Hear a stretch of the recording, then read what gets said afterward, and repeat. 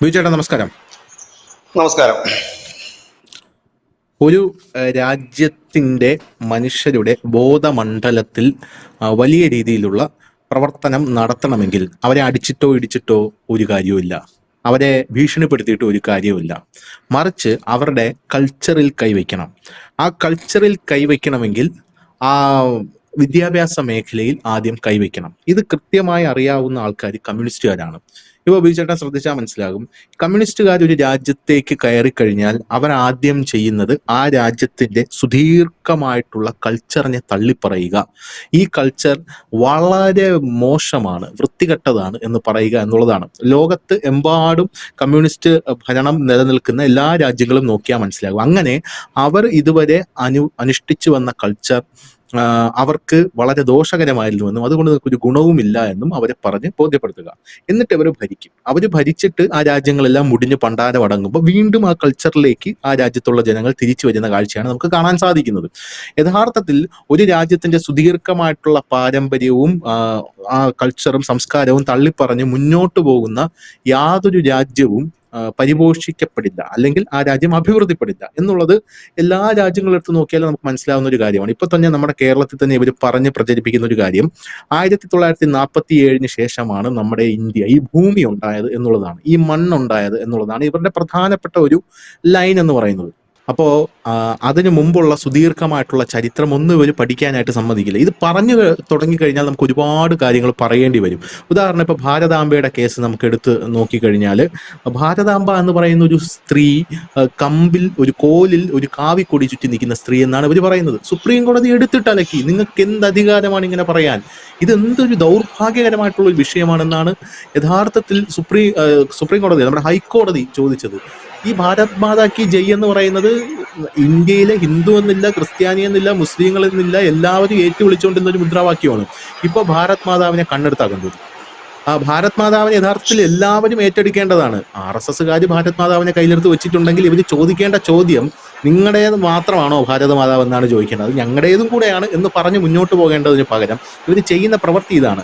എന്തായാലും നമ്മുടെ രാജ്യത്തെ ജനങ്ങൾക്ക് ഇതെല്ലാം കൃത്യമായി മനസ്സിലാകുന്നുണ്ട് എന്നുള്ളതാണ്. ഇവർക്കിത് വലിയൊരു തിരിച്ചടിയാണ് ലഭിക്കുന്നത് അന്തർധാരയിൽ എന്ന് ഇവർക്ക് പോലും മനസ്സിലാവുന്നില്ല. കുറച്ച് മതമൗലികവാദികളുടെ വോട്ടിന് വേണ്ടി അങ്ങനെ ഇവർ ആ കൾച്ചറിനെ തള്ളിപ്പറഞ്ഞ് ഇപ്പോൾ ഈ വിദ്യാഭ്യാസ മേഖലയിലൂടെ അടുത്ത തലമുറയെ ബ്രെയിൻ വാഷ് ചെയ്യാനുള്ള ശ്രമം നടത്തുന്നുണ്ട്. പക്ഷേ RSS ശക്തമായിട്ട് ഈ മേഖലയിൽ ഇടപെടുന്നുണ്ട്. ഇപ്പൊ 2014 മോദി വന്നതിന് ശേഷം വലിയ രീതിയിലുള്ള വിപ്ലവം സൃഷ്ടിച്ചുകൊണ്ടിരിക്കുന്ന യഥാർത്ഥത്തിൽ ഈ ഇൻഫ്രാസ്ട്രക്ചർ മേഖലയിലോ അല്ലെങ്കിൽ നമ്മൾ കാണുന്ന മറ്റ് ആരോഗ്യ മേഖലയിലോ ഒന്നുമല്ല, വിദ്യാഭ്യാസ മേഖലയിലാണ് വലിയ രീതിയിലുള്ള സൈലന്റ് വിപ്ലവം ഇവിടെ നടന്നുകൊണ്ടിരിക്കുന്നത്.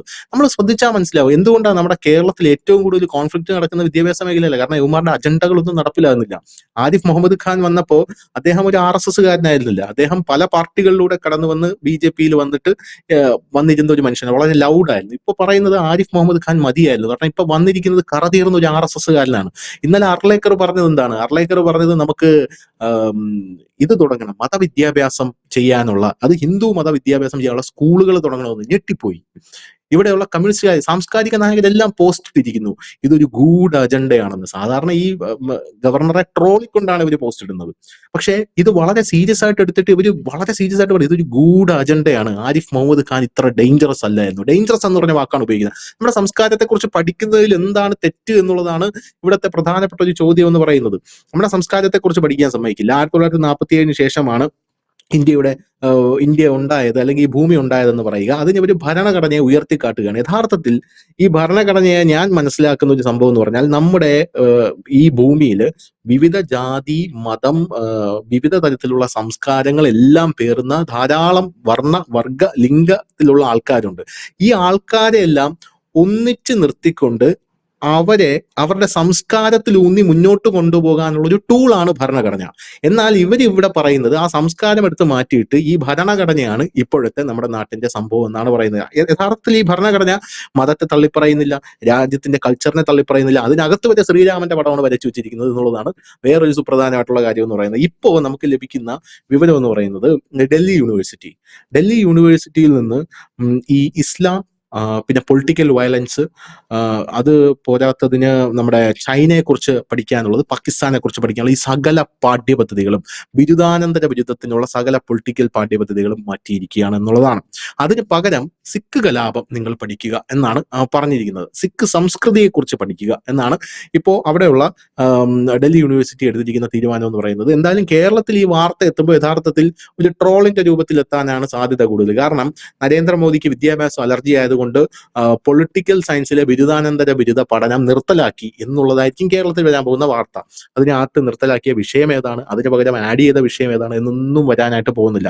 യഥാർത്ഥത്തിൽ നമ്മുടെ നാട്ടിൽ നടക്കുന്ന ഈ വലിയ രീതിയിലുള്ള വിദ്യാഭ്യാസ രംഗത്തുള്ള വിപ്ലവത്തെ എങ്ങനെ നോക്കിക്കാണുന്നു? ഇത് മുമ്പ് നമ്മൾ സ്വാതന്ത്ര്യം ലഭിക്കുന്നതിന് മുമ്പ് വെസ്റ്റ് ബംഗാളിന്റെ വൈസ്രോയി ആയിരുന്ന കേണൽ മെക്കാള പ്രഭു അന്നത്തെ ബ്രിട്ടീഷ് രാജ്ഞിക്ക് ഒരു കത്തെഴുതി. ആ കത്തിനകത്ത് അദ്ദേഹം പറഞ്ഞ കാര്യം, ഞാൻ ഇന്ത്യ പിടിച്ചടക്കുന്നതിൽ ആദ്യ പടി വിജയിച്ചു എന്നാണ്. അതായത് ഒരു വെടി പോലും പൊട്ടിക്കാതെ അല്ലെങ്കിൽ ഒരു യുദ്ധം പോലും ചെയ്യാതെ അദ്ദേഹം ചെയ്തത് എന്തെന്ന് ചോദിച്ചു കഴിഞ്ഞാൽ, ഇംഗ്ലീഷ് വിദ്യാഭ്യാസം വെസ്റ്റ് ബംഗാളിൽ കൊണ്ടുവന്നു. ഇംഗ്ലീഷ് വിദ്യാഭ്യാസം കൊണ്ടുവന്നു കഴിഞ്ഞിട്ട് അതൊരു സ്കൂളിൽ ആ ഒരു പാഠ്യപദ്ധതി കൊണ്ടുവരികയും, അതായത് ആ ഒരു വിദ്യാഭ്യാസം കൊണ്ടുവന്നതിലൂടെ അദ്ദേഹം ലക്ഷ്യമിട്ടത് നമ്മളുടെ ഇന്ത്യക്കാരുടെ ഉന്നമനമായിരുന്നില്ല. പകരം ആ ഇന്ത്യക്കാർ ആ സമയങ്ങളിൽ പഠിച്ചിരുന്നത് വേദമായിരുന്നു. വേദ പഠനം കുട്ടികൾ നിർത്തണം, പകരം ആ കുട്ടികൾ ഇംഗ്ലീഷ് പഠിക്കണം. ഇംഗ്ലീഷിൽ ആ കുട്ടികൾക്ക് നോളജ് ഉണ്ട്, നല്ല കാര്യം തന്നെയാണ്, ഒരു ഭാഷ പഠിക്കുന്നത് തെറ്റൊന്നുമില്ല. പഠിക്കുകയാണ് എങ്കിൽ അവൻ അവൻ്റെ അടുത്ത് നമുക്ക് നമ്മുടെ ഭാഷയിൽ നമ്മളുടെ വീരസാഹസിക കഥകളും നമ്മളുടെ വലിയ വലിയ കാര്യങ്ങളും പറയുകയും അവന്റെ സംസ്കാരത്തെ അവനിൽ നിന്ന് പതുക്കെ പതുക്കെ മായ്ച്ചു കളയാനും കഴിയും. അത് കുട്ടികളിലാകുമ്പോൾ വളരെ എളുപ്പമാണ്, വിദ്യാർത്ഥികളല്ലേ, കൊച്ചു കുട്ടികൾ. അപ്പൊ അവൻ വളർന്നു വരുമ്പോഴേ അവൻ പറയും ബ്രിട്ടീഷുകാരുടെ സാമന്ത രാജ്യമാണ് ഇന്ത്യ, അല്ലെങ്കിൽ ബ്രിട്ടീഷുകാരുടെ ദൈവമാണ് നമ്മുടെ ദൈവം എന്ന് പറയത്തക്ക രീതിയിലേക്ക് അവരെ മാറ്റിക്കൊണ്ടുവരിക, വേദപഠനം ഇല്ലാതാക്കുക എന്ന ഉദ്ദേശം. എന്നിട്ട് അദ്ദേഹം അതിന് താഴെ എഴുതി, അത് വിജയമാണ് എന്ന് തന്നെ പറയേണ്ടി വരും. വെസ്റ്റ് ബംഗാളിൽ വെസ്റ്റ് ബംഗാളിൽ മുഴുവൻ 92 വിദ്യാർത്ഥികൾ ബ്രാഹ്മണ വിദ്യാർത്ഥികൾ എന്ന് തന്നെ എടുത്തു പറയുന്നു. ബ്രാഹ്മണ വിദ്യാർത്ഥികൾ നമ്മളുടെ പാഠ്യപദ്ധതിയുടെ ഭാഗമായി പഠിക്കുന്നുണ്ട്. അതായത് 92 വിദ്യാർത്ഥികളുടെ ആ സംസ്കാരത്തിൽ നിന്നും വ്യതിചലിച്ചിട്ട് മറ്റൊരു ഭാഷ പഠിക്കുന്നു പറയുമ്പോൾ പലർക്കും ഒരു തെറ്റിദ്ധാരണയുണ്ട്. ഈ ഇംഗ്ലീഷുകാർ ഇവിടെ വന്ന് ഇംഗ്ലീഷ് സ്കൂൾ തുടങ്ങി, അല്ലെങ്കിൽ ആ മിഷണറിമാർ ഇവിടെ വന്ന് സ്കൂൾ തുടങ്ങി, ഇംഗ്ലീഷ് വിദ്യാഭ്യാസം ഒന്നും നല്ല കാര്യമല്ലേ? നല്ല കാര്യം തന്നെയാണ്. പക്ഷെ അവരത് കൊണ്ടുവന്നതിന്റെ ലക്ഷ്യം ഇന്ത്യക്കാരെ ഡെവലപ്പ് ചെയ്തിട്ട് നാളെ ഡോക്ടറും എഞ്ചിനീയറും ഒന്നും ആക്കാനായിരുന്നില്ല. അവരുടെ ലക്ഷ്യം ഇത് തന്നെയായിരുന്നു. എല്ലായിടത്തും അങ്ങനെ തന്നെയാണ്. അപ്പോ പക്ഷെ നമ്മുടെ രാജ്യത്തിന് ഒന്നും തന്നെ സംഭവിച്ചില്ല. ആ വിദ്യാഭ്യാസം നടന്നു, നമ്മളൊരു ഭാഷ കൂടെ പഠിച്ചു, അങ്ങനെ പോയി. അതിനുശേഷം നമ്മുടെ രാജ്യത്ത് മുഗളന്മാർ വന്നു. അവർ ചെയ്തിരുന്ന കാര്യം എന്ന് പറഞ്ഞാൽ, കാരണം അവർക്ക് ക്ഷമയുണ്ടായിരുന്നില്ല. കാരണം ഈ വിദ്യാഭ്യാസമൊക്കെ മാറ്റിയെടുക്കുക എന്ന് പറഞ്ഞാൽ ബുദ്ധിമുട്ടാണ്. അപ്പൊ അവരെന്ത് ചെയ്തു, നമ്മുടെ സംസ്കാരത്തിന്റെ പ്രതീകങ്ങളായ ക്ഷേത്രങ്ങളെല്ലാം ഇടിച്ചു നിരത്തി കൊള്ളയടിച്ചു. കാരണം ഇനി നാളെ ഈ ക്ഷേത്രം കാണരുത്.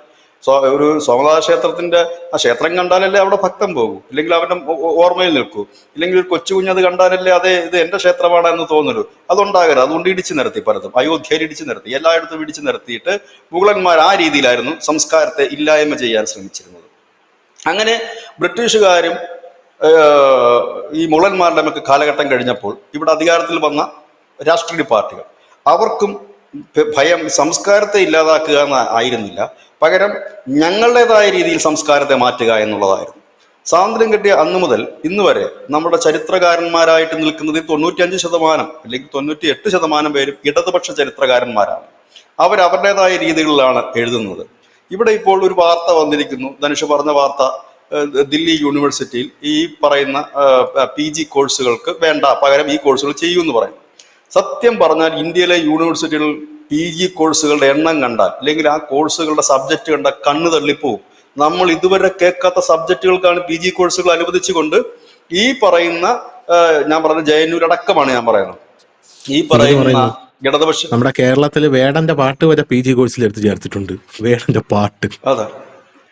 അല്ല, നാളെ അത് എടുത്തിട്ട് അതിനകത്ത് ഒരു റിസർച്ച് ചെയ്ത് ഡോക്ടറേറ്റ് എടുക്കാൻ ഒരാൾ ശ്രമിച്ചു കഴിഞ്ഞാൽ അയാൾ അവിടെ പഠിക്കുകയാണ്, ഒരു വിദ്യാർത്ഥിയായിട്ട് തുടരുകയാണ്. അത് ഈ ഉം. ഇടതുപക്ഷ വിദ്യാർത്ഥികൾക്ക് ഇപ്പൊ ജെ.എൻ.യുലൊക്കെ കൂടുതലുള്ളത് ബീഹാറിൽ നിന്ന് വരുന്ന തീവ്ര കമ്മ്യൂണിസ്റ്റ് പാർട്ടി, CPM, ML പോലെയുള്ള മാവോയിസ്റ്റ് പോലെയുള്ള സംഘടനകളുടെ വിദ്യാർത്ഥി സംഘടന ശക്തം. അവിടെ SFI ഒന്നും വലിയ ശക്തമൊന്നുമല്ല, അവരൊരു ചെറിയ റോള് മാത്രമേ ഉള്ളൂ ഇടതുപക്ഷ സംഘടനകൾ.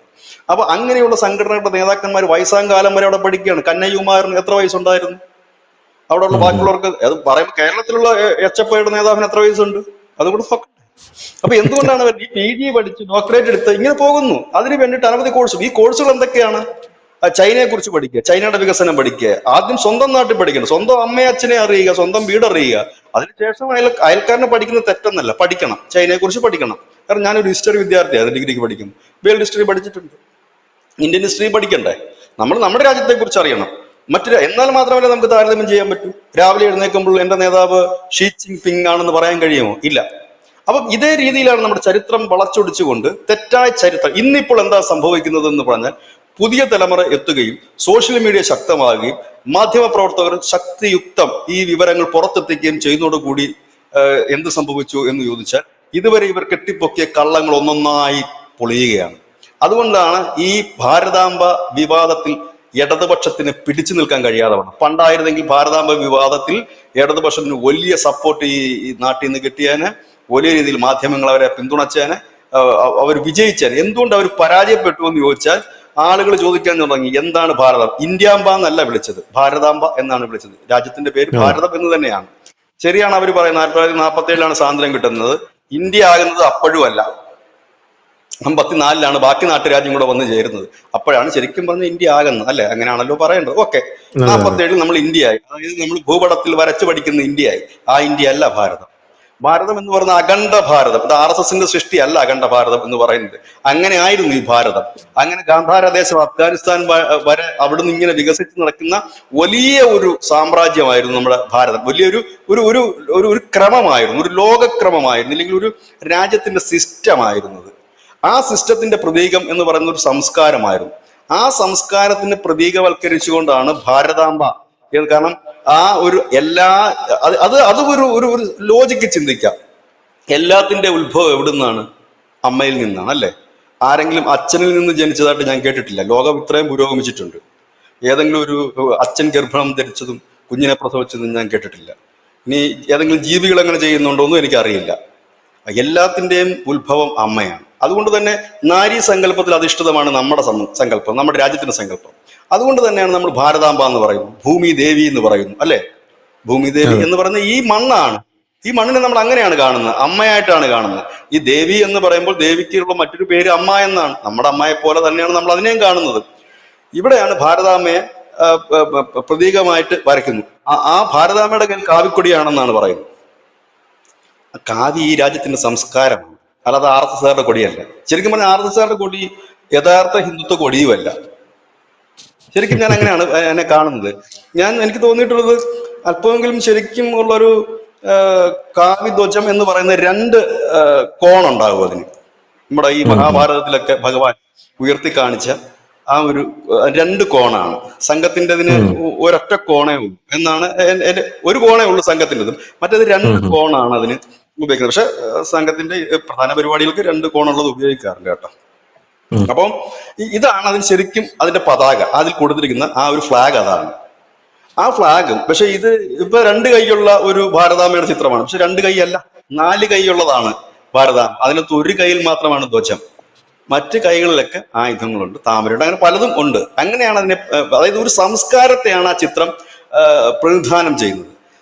അത് പിന്നീട് പിന്നെ കാലം മുമ്പോട്ട് പോയപ്പോൾ അതിന് എന്താ പറയുക, മോഡിഫിക്കേഷൻ ഒക്കെ വരുത്തിയാണ് ഇപ്പൊ കാണുന്നത്.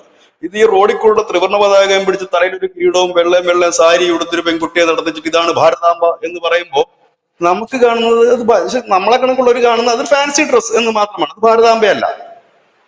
ഭാരതാംബയുടെ കൺസെപ്റ്റ് വേറെയാണ്. കാരണം ഭാരതാംബ എന്ന് പറയുന്നത് ഇപ്പൊ ഈ എന്താണ് പറയുന്നത്, 28 സംസ്ഥാനത്തിന്റെ അമ്മയല്ല. പകരം ഒരു ഭാരതം എന്ന് പറയുന്ന ഒരു വലിയ സംസ്കൃതിയുടെ, ഒരു വലിയ സംസ്കാരത്തിന്റെ ഭാഗമാണ്. അതാണ് ഇപ്പോൾ ചോദ്യം ചെയ്യപ്പെടുകയും അതിന് ഉത്തരം നൽകാനായിട്ട് CPMന് കഴിയാതെ വരികയും ചെയ്തിടത്താണ് അവർ ഭാരതാംബ വിവാദത്തിൽ നിന്ന് നെട്ടോട്ടവും കുറിയോട്ടവും കൂടിയത്. കാരണം നമ്മളുടെ ഒരു വീട് പണിയുന്നു, ഹിന്ദു ആയിക്കോട്ടെ, ക്രിസ്ത്യാനി ആയിക്കോട്ടെ, മുസ്ലിം ആയിക്കോട്ടെ, നമ്മൾ ആദ്യം എന്താ ചെയ്യുന്നത്? ആ ഭൂമിയിൽ അടുത്ത് ആരുമായിക്കോട്ടെ, ചിലപ്പം അതെ. ഹിന്ദുക്കളാണെന്നുണ്ടെങ്കിൽ ദൈവത്തെ വിളിച്ചുകൊണ്ടാണ് അടിക്കുന്നത്, ഏതോ ആയിക്കോട്ടെ, ഏത് ദൈവവും ആയിക്കോട്ടെ, ആ ഒരു ഭൂമി അല്ലേ എന്നാണ് എന്റെ വിശ്വാസം. ഹിന്ദുക്കളാണെങ്കിൽ കുറച്ചുകൂടെ ഉം, പബ്ലിക്കായിട്ട് നടത്തും ഒരു ചടങ്ങ്, ഗണപതി ഉം, ഹോമോ അല്ലെങ്കിൽ ഗണപതിക്ക് ഒരുക്കും ഒക്കെ വെച്ചിട്ടാണ് നടത്തുന്നത്. ക്രിസ്ത്യൻസും അങ്ങനെ തന്നെയാണ് നടത്തുന്നത്, ഇസ്ലാമും അങ്ങനെ തന്നെ നടത്തുന്നത് അല്ലേ. വീട് പണി കഴിയുമ്പോൾ ക്രിസ്ത്യാനി പോയിട്ട് അച്ഛനെ വിളിച്ചുകൊണ്ടൊന്ന് വെഞ്ചരിക്കാറുണ്ട്, അതെ. മുസ്ലിമും അത് തന്നെ ചെയ്യാറുണ്ട് അല്ലെ. എന്തിനാണ്, എന്താണ് ആ വീടിനകത്ത് എന്തിനാ അത് ചെയ്യുന്നത്? ഹിന്ദു ഗണപതി ഹോമം നടത്താറുണ്ട് ഇല്ലേ. അപ്പൊ ഉം, ഉം, വിശ്വാസം എന്ന് പറയുന്ന ഒന്നുണ്ട്, അത് നമ്മുടെ സംസ്കാരത്തിൽ അധിഷ്ഠിതമായിട്ടാണ് ആ വിശ്വാസം അല്ലേ. മറ്റിടങ്ങളിൽ അതെ. ഇങ്ങനെയാണോ? മറ്റിടങ്ങളിൽ ബിൽഡിങ്ങോ വീടോ കെട്ടുമ്പോൾ ഇങ്ങനെയാണോ ഓരോ രാജ്യത്തും? അല്ല. ആ രാജ്യത്തിന്റെ സംസ്കാരം അനുസരിച്ച്. ചൈനയിൽ അങ്ങനെയാണോ? അല്ല. അത് അവരുടെ ബുദ്ധ സംസ്കാരം അനുസരിച്ചിട്ടായിരിക്കും അവരവിടെ ചെയ്യുന്നത്. എന്തുകൊണ്ടാണ് ഈ വീടിന് വാസ്തു നോക്കി വീട് വെക്കുന്നത്? എഞ്ചിനീയറിംഗ് ഒരുപാട് വളർന്നില്ലേ. ഉം. തെക്കോട്ട് വാതിൽ വേണ്ട, വടക്കോട്ട് വേണം എന്ന് ഇത്രയും ഈ ആധുനിക കാലഘട്ടത്തിലും ആ ഒരു വാസ്തുവിന് മാറ്റം വന്നിട്ടില്ലല്ലോ. കാരണം അതിനകത്ത് സത്യം ഉണ്ടായത് കൊണ്ടായിരിക്കും അത് മാറ്റം വരാത്തത്.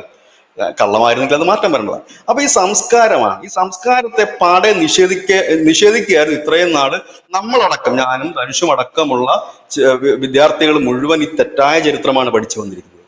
ഈ തെറ്റായ ഉം. ചരിത്രമാണ് നമ്മളെ പഠിപ്പിച്ചിരിക്കുന്നത്.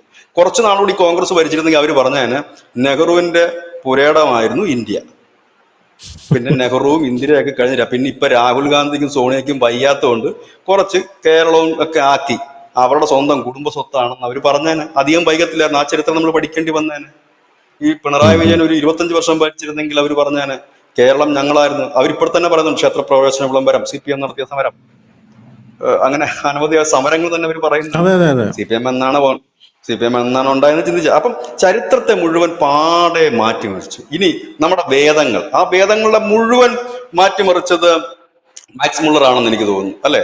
ശരിയല്ലേ അതെ, ഞാൻ അതെ. പറയുന്നത്? ആണ്, ആണ്, ആണ്, മാക്സ് മുള്ളർ ആണ്. എന്ന് പറയുന്ന ആ ഒരു ബ്രിട്ടീഷുകാരൻ ഇന്ത്യയിൽ 8 വർഷം താമസിച്ചാൽ സംസ്കൃതം പഠിച്ച് വേദങ്ങൾ ട്രാൻസ്ലേറ്റ് ചെയ്തു എന്നാണ് പറയുന്നത്. 8 അതെ, വർഷം അതെ, കൊണ്ട് അതെ. ഒരാൾക്ക് സംസ്കൃതം പഠിച്ച് തീർക്കാൻ കഴിയുമോ? 8 വർഷം സംസ്കൃതം പഠിച്ച ഒരാൾക്ക് വേദം തിരുത്താൻ കഴിയുമോ? അതിനുള്ള കപ്പാസിറ്റി വരുമോ? സ്വാഭാവികമാണ്. നമ്മളൊക്കെ ഭാഷ പഠിക്കുന്നവരല്ലേ, നമ്മൾ അല്ല, ഹിന്ദി ആ പഠിക്കുന്നുണ്ട്, കാര്യത്തില് ഇംഗ്ലീഷ് ആ കാര്യത്തിൽ പഠിക്കുന്നുണ്ട്. ഈ ഈസ്റ്റ് ഇന്ത്യ കമ്പനി വളരെ കീനായിട്ട് കാര്യങ്ങൾ ഒബ്സർവ് ചെയ്യുന്ന ടീമാണ്. മുഗളന്മാരെ പോലെ അവർക്ക് ഈ എന്താ പറയുക, ബിജേട്ടൻ പറഞ്ഞ പോലെ മുഗളന്മാർ വന്ന് ക്ഷേത്രങ്ങളൊക്കെ തച്ചുടച്ചിട്ട് പോയി. അവർ ഡീപ്പായിട്ടുള്ള റൂട്ടിലേക്ക് ഇറങ്ങാൻ ശ്രമിച്ചില്ല. പക്ഷെ ബ്രിട്ടീഷുകാർക്ക് കുറച്ച് കുരുട്ടുബുദ്ധി ഉണ്ടായതുകൊണ്ട് ഇവര് നമ്മുടെ സംസ്കാരത്തിന്റെ റൂട്ട് എവിടെയാണെന്ന് തപ്പിപ്പോയപ്പോഴാണ് അവർക്ക് ഈ വേദങ്ങളിലോട്ട് അതിന്റെ റൂട്ട് നീളുന്നത് ഇവർക്ക് മനസ്സിലായത്. എന്നാൽ ഈ വേദങ്ങളെ തകർക്കാനും പറ്റില്ല. ഈ വേദങ്ങളെ തകർത്തു കഴിഞ്ഞാലുള്ള ഒരു പ്രധാനപ്പെട്ട പ്രശ്നം എന്ന് പറഞ്ഞാൽ, ഈ വേദങ്ങള് പുസ്തക രൂപത്തിൽ ഋഗ്വേദം, യജുർവേദം, സാമവേദം, അഥർവവേദം ആകുന്നതിന് മുമ്പ് അത് വ്യാസൻ വന്ന് ക്രോഡീകരിച്ചാണ് പുസ്തക രൂപത്തിലാക്കിയത് എന്നാണ് പറയുന്നത്. അങ്ങനെ ആകുന്നതിന് മുമ്പ് വാമൊഴിയായിട്ടാണ് ഇത് പ്രചരിച്ചുകൊണ്ടിരുന്നത്. അപ്പോൾ എങ്ങനെ പോയിരുന്നാലും വാമൊഴിയായിട്ട് ഇത് പ്രചരിച്ചുകൊണ്ടേയിരിക്കും. നമ്മൾ അങ്ങനെ അറ്റാക്ക് ചെയ്യാൻ പറ്റില്ല. ഒരു ക്ഷേത്രം തകർത്താൽ ഒരു കല്ലെടുത്ത് വെച്ച് പൂജിക്കും. ഒരു കല്ല്, ആ കല്ല് വന്ന് തകർത്ത് കഴിഞ്ഞാൽ ഒരു കണ്ണാടി എടുത്ത് വെച്ച് കണ്ണാടിയിൽ നമ്മൾ നമ്മളെ തന്നെ പൂജിക്കും. കണ്ണാടി തകർത്ത് കഴിഞ്ഞാൽ നമ്മൾ നമ്മളെ തന്നെ മാലയിട്ട് നമ്മളെ ഉള്ളിലാണ് ദൈവം എന്ന് കരുതി നമ്മളെ പൂജിക്കും. അപ്പൊ ഇങ്ങനെ ചെയ്യുന്ന ഒരു സംസ്കാരമുള്ള ഒരു മനുഷ്യന്റെ എവിടെ എന്ത് തകർക്കണം എന്നിവർക്ക് കൃത്യമായിട്ട് അറിയില്ലായിരുന്നു. അപ്പൊ അതുകൊണ്ട് April 15, 1847 East India Company Max Muller ഋഗ്വേദം ഇംഗ്ലീഷിലേക്ക് വിവർത്തനം ചെയ്യുന്നത് സംബന്ധിച്ച് ഒരു തീരുമാനമെടുത്തു. അതിന്റെ പിറ്റേന്ന് തന്നെ ഈ മുള്ളർ അയാളുടെ അമ്മയ്ക്ക് ഒരു കത്തെഴുതി. ഏതൊന്നിനാണോ ഞാൻ ഇത്ര കാലം പണിപ്പെട്ടത് അതെല്ലാം കിട്ടിയെന്ന് എനിക്കിപ്പോൾ വിശ്വസിക്കാൻ വയ്യ. അർഹിക്കുന്നതിനേക്കാൾ എത്രയധികമാണ് ഞാൻ നേടിയത് എന്നാണ് ഇപ്പോൾ ഞാൻ ആലോചിക്കുന്നത് എന്നാണ് ഇയാളുടെ പുസ്തകത്തിൽ ഇയാൾ അമ്മയ്ക്ക് എഴുതിയ കത്തിൽ പറയുന്നത്. തയ്യാറാക്കിയ 50 ഷീറ്റുകൾ പ്രതിവർഷം എനിക്ക് കമ്പനിക്ക് കൊടുക്കണം. പ്രസിദ്ധീകരണത്തിന് ഇതിനായി ഞാൻ 200 പൗണ്ടാണ് ആവശ്യപ്പെട്ടത്. ഒരു ഷീറ്റിന് 4 പൗണ്ട് വെച്ച് മൊത്തം 400 ഷീറ്റുകളുമെങ്കിലും എനിക്ക് പണിയണം. അതായത് അടുത്ത 8 വർഷത്തേക്ക് എനിക്ക് സുഖമായി ചെയ്യാവുന്ന പണി. മാത്രമല്ല അതിനോടൊപ്പം മറ്റ് പദവികൾ എനിക്ക് തരാമെന്ന് ബ്രിട്ടീഷുകാർ സമ്മതിച്ചിട്ടുമുണ്ട്. പ്രിയപ്പെട്ട അമ്മ, ഇപ്പോൾ നിങ്ങൾ എന്ത് ചെയ്യുന്നു? ഇത് എനിക്ക് പ്രതീക്ഷിക്കാവുന്നതിനും അപ്പുറമല്ലേ. Life and letter of Max മുള്ളറിന്റെ വോളിയം 1 പേജ് 60-61 ഈ കത്ത് എഴുതിയിട്ടുണ്ട്. ആക്ച്വലി ഇയാൾക്ക് സംസ്കൃതം അറിയില്ല. 8 വർഷം കൊണ്ട് സംസ്കൃതം എങ്ങനെയാണ് ഇയാൾ പഠിച്ച് ഇത് വിവർത്തനം ചെയ്തത് എന്നുള്ളതിന്റെ പല ഭാഷ്യങ്ങൾ ഇപ്പോൾ പുറത്തു വന്നിട്ടുണ്ട്. രണ്ടാമത്തെ കാര്യം എന്ന് പറയുന്നത്, ഇയാളുടെ ഈ വേദങ്ങളിൽ ഇല്ലാത്ത കാര്യങ്ങൾ അതിനകത്ത് തിരികെ കയറ്റി നൂറ്റാണ്ടുകളോളം ഇത് നമ്മുടെ ആൾക്കാർ പഠിച്ച് നമ്മുടെ സംസ്കാരത്തിൽ തുടങ്ങ വയ്ക്കുക എന്നുള്ളതായിരുന്നു ഇവിടുത്തെ പ്രധാനപ്പെട്ട ഈ ബ്രിട്ടീഷുകാരുടെ ഒരു നീക്കം എന്ന് പറയുന്നത്. പിന്നെ ഇയാളുടെ വേദവ്യാഖ്യാനങ്ങളെല്ലാം പൊട്ടത്തെറ്റാണ്. അതുകൊണ്ടാണ് ഇപ്പോഴും അതിന്റെ പേരിൽ നമ്മൾ കിടന്ന് അടികൂടുന്നത്. ഈ ബ്രിട്ടീഷുകാരുടെ ഒരു ബുദ്ധിയാണ്, അതറിയാലോ. ഇപ്പൊ നമ്മുടെ ഇന്ത്യയും പാകിസ്ഥാനുമായിട്ട് പിരിച്ചു വെച്ചിട്ട് പോയപ്പോൾ അവർക്കറിയാം ഈ രാജ്യം ഒരിക്കലും പുരോഗമനത്തിൽ വരരുത്, പാകിസ്ഥാൻ ഒരു ടെററിസ്റ്റ് നേഷൻ ആവും, പാകിസ്ഥാൻ ഇന്ത്യ പുരോഗതിയിലേക്ക് പോകുന്തോറും ഇന്ത്യ ആക്രമിച്ചുകൊണ്ടേയിരിക്കണം, അങ്ങനെ നമ്മൾ നിരന്തര യുദ്ധത്തിൽ ഏർപ്പെട്ടുകൊണ്ടിരിക്കണമെന്ന് ബ്രിട്ടീഷുകാരന് അറിയാമല്ലോ. അതുപോലെ നമ്മളിപ്പോഴും ഈ വേദത്തിന്റെ വ്യാഖ്യാനം പറഞ്ഞ് അടികൂടിക്കൊണ്ടേയിരിക്കുകയാണ്. ഈ ദുർവ്യാഖ്യാനം ഉണ്ടല്ലോ, ഉദാഹരണത്തിന് ഈ ഗോമാംസവുമായിട്ട് ബന്ധപ്പെട്ട വിഷയങ്ങളൊക്കെ വരുമ്പോൾ ഈ ഗോമാംസം എന്ന് പറയുന്നത് ഗർഭിണികൾ കഴിക്കണമെന്ന് ഇതാ വേദത്തിൽ പറഞ്ഞിട്ടുണ്ട്, ആ പുരാണത്തിൽ ഈ വേദത്തിൽ പറഞ്ഞിട്ടുണ്ട്, മാക്സ് മുള്ളറുടെ ഇത് കാണും. അത് ആക്ച്വലി ദുർവ്യാഖ്യാനമാണ്. ഇയാള് അതിനെ എടുത്തിട്ട് അതിന്റെ ശബ്ദങ്ങളെല്ലാം എടുത്ത് ദുർവ്യാഖ്യാനം ചെയ്തു വെച്ചിരിക്കുന്നത്. ഇപ്പോഴും കൃത്യമായിട്ട് അത് നടക്കുന്നു. പിന്നെ ഇയാളുടെ ഏറ്റവും ഉദാത്തമായിട്ടുള്ള പുസ്തകം മാക്സ് മുള്ളർ തന്നെ പറഞ്ഞിട്ടുള്ളത്, ബൈബിളിലെ പുതിയ നിയമവും പഴയ നിയമത്തിനും അപ്പുറം ഒരു ഉദാത്തമായ പുസ്തകം ഞാൻ കണ്ടിട്ടില്ല എന്ന് ഇയാൾ പറയുന്ന പല ചരിത്രരേഖകളും ഇന്ന് പുറത്തുണ്ട്. പക്ഷെ നിർഭാഗ്യവശാൽ നമ്മളിപ്പോഴും നമ്മുടെ യൂണിവേഴ്സിറ്റികളിൽ ഈ മാക്സ് മുള്ളറുടെ ഈ വേദ വ്യാഖ്യാനമാണ് നമ്മൾ പലരും പഠിച്ചുകൊണ്ടിരിക്കുന്നത്. ശരിയാണ്, വളരെ കറക്റ്റാണ്.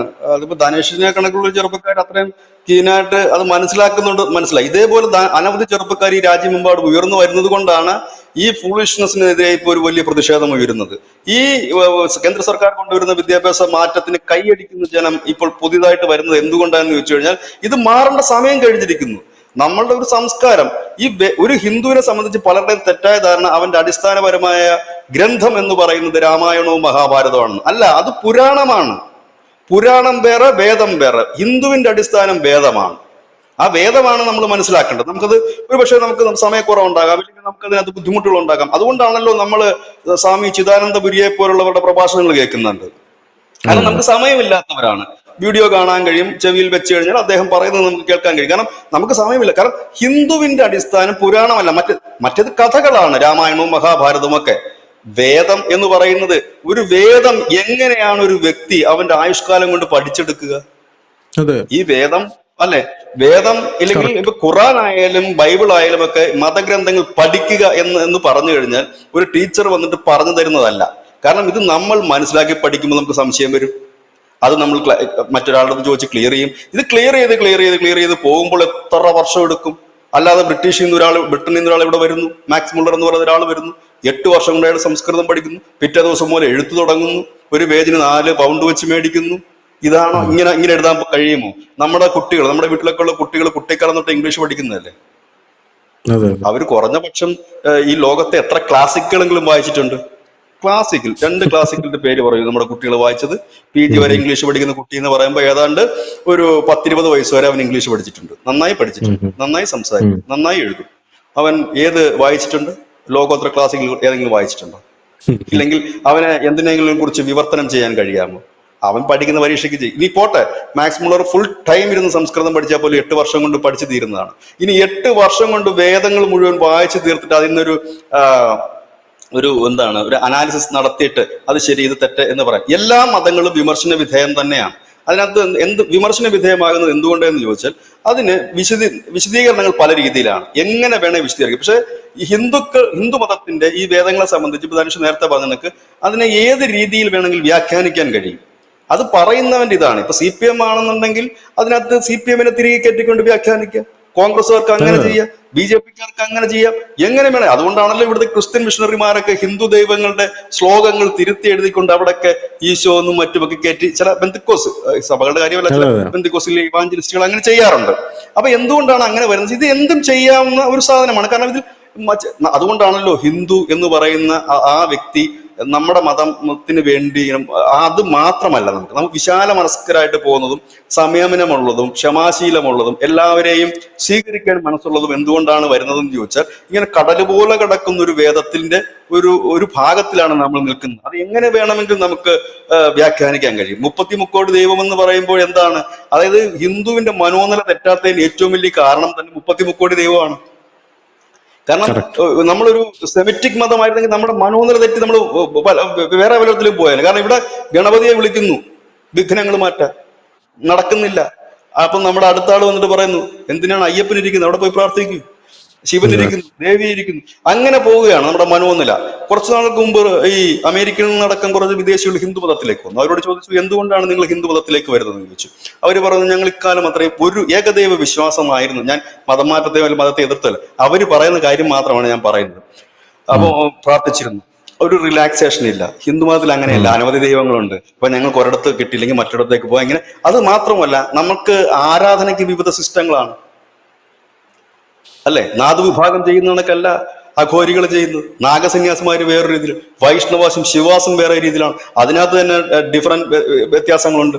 നമ്മുടെ നാട്ടിൽ പോലുമുള്ള ക്ഷേത്രങ്ങളിൽ വ്യത്യാസമുണ്ട് ആചാരത്തിൽ. ശബരിമലയിലെ ആചാരമല്ല മണ്ണാറശാലിലെ ആചാരം. ആ മണ്ണാറശാലിലെ മുഖ്യ പുരോഹിത എന്ന് പറയുന്ന ഒരു സ്ത്രീയാണ്, വനിതയാണ് അല്ലെ. അപ്പം അതെ. സിസ്റ്റങ്ങൾ തന്നെ വ്യത്യാസമാണ്, ആചാരങ്ങൾ തന്നെ വ്യത്യാസമാണ്. എന്തിനു പറയാം, നമ്മുടെ വിവാഹം തന്നെ വ്യത്യാസമാണ്, വിവാഹത്തിന്റെ ആചാര രീതികൾ തന്നെ വ്യത്യാസം. അല്ല, അങ്ങനെ അതിൻ്റെ ഒരു എല്ലാം വ്യത്യാസം. വലിയ പ്രത്യേകത എന്താ അറിയോ? അത് എനിക്ക് തോന്നുന്നത്, നമ്മളിപ്പോ ഇപ്പൊ 700 കോടി ജനങ്ങളുണ്ട് നമ്മുടെ നാട്ടിൽ. നമ്മുടെ നാട്ടിൽ എന്ന് പറഞ്ഞാൽ ഭൂമിയിൽ 700 കോടി ജനങ്ങളുണ്ട്. ഈ 700 കോടി ജനങ്ങളെ നമ്മൾ എടുത്തു കഴിഞ്ഞാലും ആരും സെയിം അല്ല. എല്ലാവരും വ്യത്യസ്തരാണ്. ഇപ്പൊ എന്നിൽ നിന്ന് വ്യത്യസ്തനാണ് ബിജുചേട്ടൻ. ബിജുചേട്ടനിൽ നിന്ന് വ്യത്യസ്തനാണ് വേറെ ഒരാൾ. ഇപ്പോൾ ബിജുചേട്ടനെ പോലെ ബിജുചേട്ടൻ മാത്രമേ ഉള്ളൂ. അപ്പോൾ നമ്മുടെ ചിന്താധാരകളും അത്രയ്ക്ക് വ്യത്യസ്തമായിരിക്കും. ഇപ്പോൾ എൻ്റെ ഈ ഷർട്ട് ഉണ്ടല്ലോ, എൻ്റെ ഈ ഷർട്ട് താങ്കൾക്ക് തന്നു കഴിഞ്ഞാൽ അത് താങ്കൾക്ക് സ്യൂട്ടായിക്കൊള്ളണമെന്നില്ല. താങ്കൾക്ക് സ്യൂട്ടായിക്കൊള്ളണമെന്നില്ല. എൻ്റെ ഈ ഷർട്ട് എനിക്കാണ് സ്യൂട്ടാവുന്നത്. ഈ സെമറ്റിക് മതങ്ങളൊക്കെ എടുത്ത് പരിശോധിക്കുമ്പോൾ അവർ ഒരു വസ്ത്രം തയ്പ്പിച്ച് വയ്ക്കും. അത് സ്യൂട്ടാവുന്നവനും സ്യൂട്ടാവാത്തവനും എല്ലാവരും ആ വസ്ത്രം തന്നെ അണിയണം. ചിലർക്കത് മുറുകും, ചിലർക്കത് ലൂസാവും, ചിലർക്ക് വൃത്തിക്ക് പാകമാവും. അങ്ങനത്തെ ഒരു രീതിയിലാണ്. പക്ഷേ വെൻ ഇറ്റ് കംസ് ടു ഹിന്ദുയിസത്തിലോട്ട് വരുമ്പോൾ അതിൻ്റെ ഏറ്റവും വലിയ പ്രത്യേകത എന്ന് പറഞ്ഞാൽ സ്വാതന്ത്ര്യമാണ് ഈ മതത്തിൻ്റെ ഒരു വലിയ പോയിന്റ് എന്ന് പറയുന്നത്. കാരണം ഇപ്പോൾ എനിക്ക് ആരാധനാ സ്വാതന്ത്ര്യമുണ്ട്, എൻ്റെ വാസനയ്ക്കനുസരിച്ചുള്ള ആരാധനാ സ്വാതന്ത്ര്യമുണ്ട്. ഞാൻ ചെയ്യുന്ന തൊഴിലിനനുസരിച്ച് എൻ്റെ വാസനകൾ രൂപപ്പെടും. അല്ലെങ്കിൽ ഞാൻ ജീവിക്കുന്ന സാഹചര്യങ്ങളനുസരിച്ച് എൻ്റെ വാസന രൂപപ്പെടും. ചിലപ്പോൾ എനിക്ക് പ്രകൃതിയുമായി ബന്ധപ്പെട്ടുള്ള വാസനകളാണല്ലോ, ഞാൻ പ്രകൃതിയായിരിക്കും ആരാധിക്കുന്നത്. ചിലപ്പോൾ എനിക്ക് എന്താണ് വേറെ എന്തെങ്കിലും വാസനകളായി, ഞാൻ അതുകൊണ്ട് അതായിരിക്കും ആരാധിക്കുന്നത്. അതുകൊണ്ട് വാസനകൾ എങ്ങനെയാണോ നമുക്ക് നമ്മുടെ ഉള്ളിലുള്ളത്, അതായത് അതിൻ്റെ ഒരു സ്വാതന്ത്ര്യം നമുക്കുണ്ട്. ഇപ്പോൾ ഗണപതിയെ ആരാധിക്കുന്നവരുണ്ട്, ശിവനെ ആരാധിക്കുന്നവരുണ്ട്, വിഷ്ണുവിനെ ആരാധിക്കുന്നവരുണ്ട്, ഭദ്രകാളിയെ ആരാധിക്കുന്നവരുണ്ട്. ഇവരെയൊക്കെ ശ്രദ്ധിച്ചാൽ തന്നെ നമുക്ക് മനസ്സിലാവും. അവരെ ഒന്ന് കീനായിട്ട് ഒബ്സർവ് ചെയ്താൽ. ഇപ്പോൾ ഈ ഭദ്രകാളി ഉപാസനയൊക്കെ നടത്തുന്ന ആൾക്കാർ നമ്മൾ ശ്രദ്ധിച്ചു കഴിഞ്ഞാൽ അവർക്ക് അവരുടെ വാസന രൂപപ്പെട്ടിരിക്കുന്നത് ഭയങ്കര രസകരമായിട്ടായിരിക്കും. അവർക്ക് ഈ ചുവന്ന നിറത്തിനോട് ഭയങ്കര താല്പര്യമായിരിക്കും, ഒന്നാമത്തെ കാര്യം. എപ്പോഴും അവരെ ശ്രദ്ധിച്ചു കഴിഞ്ഞാൽ അവർ ഈ ചുവന്ന ഇതിട്ടിരിക്കും, പൊട്ടിട്ടിരിക്കും. അവർ ഇടുന്ന വസ്ത്രങ്ങളെല്ലാം ചുവപ്പാണ്. പട്ടായിരിക്കും അവർക്ക് ഏറ്റവും ഇഷ്ടപ്പെട്ട ഡ്രസ്സ് എന്ന് പറയുന്നത്. അതുകൊണ്ട് വാസനയാണ്. അപ്പോൾ അങ്ങനെ ആയിരിക്കും അത് മുന്നോട്ട് പോകുന്നത്. പിന്നെ വൈഷ്ണവ ആരാധന നടത്തുന്ന ആൾക്കാരെ നമ്മൾ ശ്രദ്ധിച്ചാൽ മനസ്സിലാവും, വളരെ ഡിസിപ്ലിൻ ഉള്ള ആൾക്കാരായിരിക്കും അവർ. വളരെ ഡിസിപ്ലിൻഡ് ആയിട്ടായിരിക്കും അവർ കാര്യങ്ങൾ മുന്നോട്ട് കൊണ്ടുപോകുന്നത്. വളരെ കാര്യങ്ങളെല്ലാം കൃത്യമായിട്ട് ചെയ്ത്. അപ്പോൾ നമ്മൾ ഈ വിഷ്ണുവിൻ്റെ അമ്പലങ്ങളൊക്കെ ഞാൻ ഇന്നലെ പറഞ്ഞ പോലെ കയറുമ്പോൾ നമ്മൾ കണ്ടിട്ടില്ലേ, എല്ലാം വളരെ ഡിസിപ്ലിൻഡ് ആയിട്ടാണ് അകത്ത് കാര്യങ്ങൾ പോകുന്നത്. അപ്പോൾ ആ ഒരു രീതിയിലാണ് പോകുന്നത്. ഈ ശൈവ ആരാധന നടത്തുന്ന ആൾക്കാരെ നോക്കി നോക്കിയേ, വളരെ ലിബറൽ ആയിരിക്കും. നമ്മൾ പരമശിവന്റെ അമ്പലത്തിനകത്ത് കയറുമ്പോൾ നമുക്ക് മോക്ഷം കിട്ടിയ ഫീലാണ്. നമുക്ക് എന്തും ചെയ്യാം, അമ്പലത്തിനകത്ത് ഓടി നടക്കാം, അങ്ങനത്തെ എന്തും ചെയ്യാം. ഭഗവാൻ ശിവലിംഗത്തിന് നമ്മൾ തൊട്ട് പ്രാർത്ഥിക്കുന്ന ഒരു രീതിയാണ് അവിടെ ഉള്ളത്. അതായത് വിഗ്രഹത്തിനെ വരെ നമുക്ക് തൊടാനുള്ള സ്വാതന്ത്ര്യമുണ്ട് എന്നുള്ളതാണ്. അപ്പോൾ ആ വാസനകൾക്ക് അനുസരിച്ച് രൂപീകൃതമാകുന്ന ഒരുപാട് ആരാധനാ രീതികളും എനിക്കിപ്പോൾ നാളെ വേണമെങ്കിൽ ഇവരെ ഒന്നും ആരാധിക്കേണ്ട, എനിക്ക് എന്നെ തന്നെ ആരാധിക്കണമെങ്കിൽ എന്നെ തന്നെ ആരാധിക്കാം. ഒരു പട്ടിയെ ആരാധിക്കണോ പട്ടിയെ ആരാധിക്കാം, പൂച്ചയെ ആരാധിക്കണോ പൂച്ചയെ ആരാധിക്കാം, പാമ്പ്, തേള്, അങ്ങനെ എന്ത് സാധനങ്ങൾ വേണമെങ്കിലും ഒരു വിഗ്രഹമാക്കി വെച്ച് ആരാധിക്കുക. അപ്പോൾ ഭഗവത്ഗീതയിൽ ഭഗവാൻ പറയുന്ന ഒരു കാര്യമുണ്ട്. അതായത് എന്നെ സങ്കല്പിച്ച് ഒരു കല്ലിൽ നീ ഒരു തുളസി എടുത്ത് വച്ചു കഴിഞ്ഞാലും അത് എന്നിലേക്ക് തന്നെയാണ് എത്തുന്നത് എന്നുള്ളതാണ് പറഞ്ഞിരിക്കുന്നത്. അതായത് നീ എന്തിൽ എന്നെ സങ്കല്പിച്ച്, അപ്പം ഒരു പ്രവൃത്തിയെല്ലാം ശരിയല്ല, ഇത് ഭഗവാന് വേണ്ടി ചെയ്യുന്നതാണെന്ന് വിചാരിച്ച് ചെയ്തു കഴിഞ്ഞാൽ അത് അവിടേക്കാണ് എത്തുന്നത് എന്നുള്ളതാണ് അത് അൾട്ടിമേറ്റ് ആയിട്ടുള്ള കോൺസെപ്റ്റ് എന്ന് പറയുന്നത്. അല്ലാതെ ഇത് തന്നെ ചെയ്തുകൊള്ളണം എന്നൊരു തിട്ടൂരം ഇതിനകത്തില്ല. അതെ. ഇപ്പൊ ഈ നമ്മുടെ സ്പീക്കർ വിത്താണെന്ന് പറഞ്ഞൊരു വിവാദമുണ്ട്. എനിക്ക് യാതൊരു ഫീൽ, എനിക്ക് ചിരിയാണ് വന്നത് അതിനകത്ത്. കാരണം എന്ന് വെച്ച് കഴിഞ്ഞാല് നമ്മൾ ഈ ഹിന്ദു ദൈവങ്ങളെയൊക്കെ ഒരുപാട് പേര് കളിയാക്കുന്നൊക്കെ ഉണ്ട്. പക്ഷെ അവരോട് എനിക്ക് യാതൊരു വിരോധവുമില്ല, പ്രതിഷേധവുമില്ല.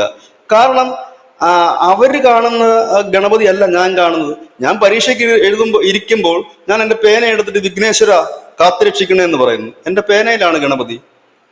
അതെന്റെ വിശ്വാസമാണ് അല്ലേ. വേറെ ഏതെങ്കിലും മതത്തിൽ നമുക്ക് പറയാൻ പറ്റും പേനയിൽ ഇരിപ്പുണ്ടെന്ന്? പറയാൻ പറ്റില്ല. അതെന്റെ വിശ്വാസമാണ് അല്ലേ. ഇല്ലെങ്കിൽ നമ്മൾ വാഹനം ഓടിക്കുമ്പോഴും നമ്മൾ ആ സ്റ്റിയറിംഗിൽ തൊട്ട് നമുക്ക് ഇഷ്ടദൈവത്തിന്റെ ഇത് പറയുന്നത്. കാരണം എന്താണ്, ആ ഇഷ്ടദൈവമാണ് ആ വാഹനത്തിൽ എന്നെ സംരക്ഷിക്കുന്നത്, എന്റെ വിശ്വാസമാണത്. അപ്പോ അതാണ് ഞാൻ പറഞ്ഞത്, ബ്രിട്ടീഷുകാർക്ക് കഴിയാതെ പോയതും ഇത് തന്നെയാണ്. രൂഢമൂലമായിരിക്കുന്ന ഒരു വലിയ സംസ്കാരത്തിന്റെ വിശ്വാസം പല രീതിയിൽ പലയിടത്താണ്. ഈ ബ്രിട്ടീഷുകാരനല്ല, ഇനി ലോകത്താർക്കും ഹിന്ദു മതത്തിന് ഈ സനാതന മതത്തെ തറക്കാൻ പറ്റാത്തതിന്റെ കാരണം അവൻ ചെയ്യുകയാണെങ്കിൽ ഓരോരുത്തരുടെ വന്നിട്ട് ഇഞ്ചക്ട് ചെയ്യേണ്ടി വരും. ധനുഷിന്റെ അടുത്ത് പറയണം. കാരണം ധനുഷിന്റെ വാസനയും ധനുഷിന്റെ സിസ്റ്റവും ധനുഷിന്റെ രീതികളും ധനുഷ് ഗണപതിയെ കാണുന്ന രീതികളും ഒക്കെ വ്യത്യസ്തമാണ്. അപ്പം ഈ പറയുന്ന ബ്രിട്ടീഷുകാരൻ വന്നിരുന്ന് ഡെയിലി ധനുഷിന് ക്ലാസ് എന്നിട്ട് മാറ്റാൻ പറ്റും. അങ്ങനെ ഈ പറയുന്ന 140 കോടി ജനത്തിനെ മാറ്റിയെടുക്കണമെങ്കിൽ എത്ര കാലം പിടിക്കും? അതുകൊണ്ടാണല്ലോ ഇവിടെ മറ്റ് യൂറോപ്യൻ കൺട്രീസിൽ അടക്കം വലിയ രീതിയിൽ മതപരിവർത്തനം നടന്നിട്ടും ഈ രാജ്യത്ത്, ഇന്ത്യ മഹാരാജ്യത്ത് മിഷണറിമാരായാലും മറ്റേ ഇസ്ലാമിസ്റ്റുകളായാലും ഒക്കെ വലിയ രീതിയിൽ മതപരിവർത്തനം നടത്തിയിട്ടും എന്തുകൊണ്ട് മതം മാറുന്നില്ല? ഇവർ പറയുന്നതൊക്കെ ഞാൻ അംഗീകരിക്കുന്നു. പോവർട്ടി ഉണ്ട്, ശരിയാണ്, ദാരിദ്ര്യം ഉണ്ടായിരുന്നു. എന്നിട്ട് എന്തേ എല്ലാവരെയും മാറ്റിയെടുക്കാൻ കഴിയാതെ പോയത്? എന്തിന്? വടക്കിഴക്കൻ സംസ്ഥാനങ്ങളിൽ 100 വർഷത്തിലേറെയായിട്ട് ക്രിസ്ത്യൻ മിഷണറിമാര് വർക്ക് ചെയ്തുകൊണ്ടിരിക്കുന്നു. അവിടെ അവർക്ക് പേരിൽ ക്രിസ്ത്യാനിയാക്കാൻ കഴിഞ്ഞിട്ടുണ്ട്, പള്ളിയിൽ ഇവരെ എത്തിക്കാൻ കഴിഞ്ഞിട്ടുണ്ട്. പക്ഷെ ആ ഗോത്രവർഗങ്ങളുടെ ആചാരത്തിൽ ഒരു കുന്തോ ഇവർക്ക് ചെയ്യാൻ കഴിഞ്ഞിട്ടില്ല. അത് തന്നെയാണ് ഇവരെ ഇപ്പോഴും ബുദ്ധിമുട്ടിക്കുന്ന ഒരു കാര്യവും. ക്രിസ്ത്യാനിയാണ് അവര്, ഓൾറെഡി റെക്കോർഡിക്കലി ക്രിസ്ത്യാനിയാണ്. അവർ ചർച്ചുകളിൽ പോകും, ബൈബിള് കാണും, ബൈബിൾ വഴി ഇതെല്ലാം ചെയ്യും. പക്ഷെ ഈ ഗോത്രത്തിന്റെ ആചാരങ്ങളിൽ നിന്ന് അവർ കടുകിട വ്യത്യാസപ്പെടത്തില്ല. ഈ ഗോത്രത്തിനുള്ളവരെ തന്നെ വിവാഹം കഴിക്കൂ, കല്യാണത്തിന് അവരുടേതായ ചടങ്ങുകളായിരിക്കും. പിന്നെ ഈ വൃക്ഷങ്ങളെ മറ്റും പൂജിക്കുന്ന ആ ദിവസം വരുമ്പോൾ വൃക്ഷങ്ങളെ മറ്റും പൂജിക്കും. എന്തുകൊണ്ട് ആ ഗോത്രവർഗത്തെ പോലും 100 വർഷം കഴിഞ്ഞിട്ട് ഇവർക്ക് ഫുള്ളി ആ ഒരു മതത്തിലേക്ക് കൊണ്ടുവരാൻ കഴിഞ്ഞില്ല എന്ന് പറഞ്ഞാൽ ധനുഷ് നേരത്തെ പറഞ്ഞതുപോലെയാണ്, നമ്മളുടെ മനസ്സിലാണ് ആ സംസ്കാരം. അത് വ്യത്യസ്തമാണ്, വ്യത്യസ്ത സംസ്കാരമാണ്. ഇപ്പൊ കൃഷ്ണനെ എല്ലാരും ഒരുപോലെ അല്ലല്ലോ കാണുന്നത്. ചാട്ടയുള്ള, കയ്യിൽ ചാട്ട പിടിക്കുന്ന പാർത്ഥസാരഥിയായി കാണുന്നവരുണ്ട്. അതെ, മറ്റേ പുസ്തകത്തിന്റെയൊക്കെ ഒരു പ്രത്യേകത എന്ന് പറഞ്ഞാൽ അതങ്ങ് നിരോധിച്ചു കഴിഞ്ഞാൽ ആ മതം തന്നെ അവസാനിച്ചു പോകുന്ന ഒരു അവസ്ഥയുണ്ട്. പക്ഷെ ഇവിടെ അങ്ങനെയല്ല. ഇവിടെ എന്തെന്ന് പറഞ്ഞ് നിരോധിക്കും? ഇവിടെ ഒന്ന് നിരോധിക്കുമ്പോൾ അപ്പുറത്ത് വേറൊരു സാധനം ഉണ്ടായി വരികയാണ്. ഇപ്പൊ തന്നെ ഉണ്ടായി വരുന്ന ഒരു സംഭവം ബിജുചേട്ടൻ ശ്രദ്ധിച്ചോ? മുരുക യുഗം എന്ന് പറഞ്ഞൊരു സാധനം വരുന്നുണ്ട് ഈ സൈഡിൽ കൂടെ. ഇനിയിപ്പോ ഒരു 100 കൊല്ലം കഴിയുമ്പോൾ ഇത് വേറൊരു വലിയ സംഭവമായിട്ടങ്ങ് മാറും. അപ്പൊ സനാതന ധർമ്മത്തിൽ വേറൊരു ബ്രാഞ്ചായി മാറും. അത് കഴിഞ്ഞ് ഒരു 100 കൊല്ലം കഴിയുമ്പോൾ വേറെ 10, 2, 3 ബ്രാഞ്ച് ഇപ്പുറത്തും അപ്പുറത്തൊക്കെ വരും. അങ്ങനെ വലിയ വലിയ ബ്രാഞ്ചുകൾ ഇങ്ങനെ ഉണ്ടായിക്കൊണ്ടിരിക്കുകയാണ്. ഇതിന്റെയൊക്കെ ബേസ് എന്ന് പറയുന്നത് ഈ വേദങ്ങളാണ്, ഒരു സംഭവമാണ്. അപ്പൊ ആ ഒരു കൾച്ചറിനെ സമ്പൂർണ്ണമായിട്ട് പിഴുതെറിയാനാണ് ഇവർ ശ്രമിച്ചുകൊണ്ടിരിക്കുന്നത്. ആ ഒരു കൾച്ചറിനെ എന്തായാലും പിഴുതെറിയുക എന്നുള്ളത് വളരെ ബുദ്ധിമുട്ടാണ്. നിങ്ങൾക്കൊരു ഞാനിപ്പോ ഒരു പുസ്തകത്തിൽ വായിച്ചൊരു സംഭവമാണ്, നിങ്ങൾക്ക് ഒരു പട്ടിയെ ആക്രമിക്കുക, ഒരു പൂച്ചയെ ആക്രമിക്കുക, എന്തിനു പറയുന്നു, ഒരു കാട്ടുപോത്തിനെ പോലും നിങ്ങൾക്ക് ആക്രമിക്കാം. പക്ഷെ നിങ്ങൾക്ക് ഒരിക്കലും ഒരു തേനീച്ചക്കൂട്ടത്തെ ആക്രമിക്കാൻ സാധിക്കില്ല കമ്പും കുറുവടിയും കൊണ്ട്. കാരണം തേനീച്ചക്കൂട്ടം എന്ന് പറയുന്നത് എങ്ങനെയാണ് അവരുടെ മൊത്തം ഒരു കംപ്ലീറ്റ് ആയിട്ടുള്ളൊരു ആക്രമണ രീതി വളരെ വ്യത്യസ്തമാണ്. എന്ന് പറയുന്നത് പോലെയാണ് സനാതന മതം എന്ന് പറയുന്നത്, അല്ലെങ്കിൽ ധർമ്മം എന്ന് പറയുന്നത്. അതിനെ ആക്രമിക്കാൻ സാധിക്കില്ല. അത് വീണ്ടും ഒത്തുകൂടിക്കൊണ്ടേയിരിക്കും. എവിടെ അടിക്കുന്നോ അവിടെ പിരിഞ്ഞു പോയിട്ട് അടുത്ത സ്ഥലത്ത് അത് ഒത്തുകൂടുമ്പോൾ പല പല ബ്രാഞ്ചായിട്ട് വരും എന്നുള്ളതാണ് പ്രധാനപ്പെട്ട ഒരു കാര്യം എന്ന് പറയുന്നത്. എന്തായിരുന്നാലും നമ്മുടെ ഈ ഡൽഹി യൂണിവേഴ്സിറ്റി ഇത്തരത്തിലുള്ള തീരുമാനങ്ങൾക്ക് എടുക്കുന്നു. രാജ്യത്തുടനീളം ഇങ്ങനെ വിദ്യാഭ്യാസ സമ്പ്രദായത്തിൽ വലിയ മാറ്റങ്ങൾ വരുന്നു.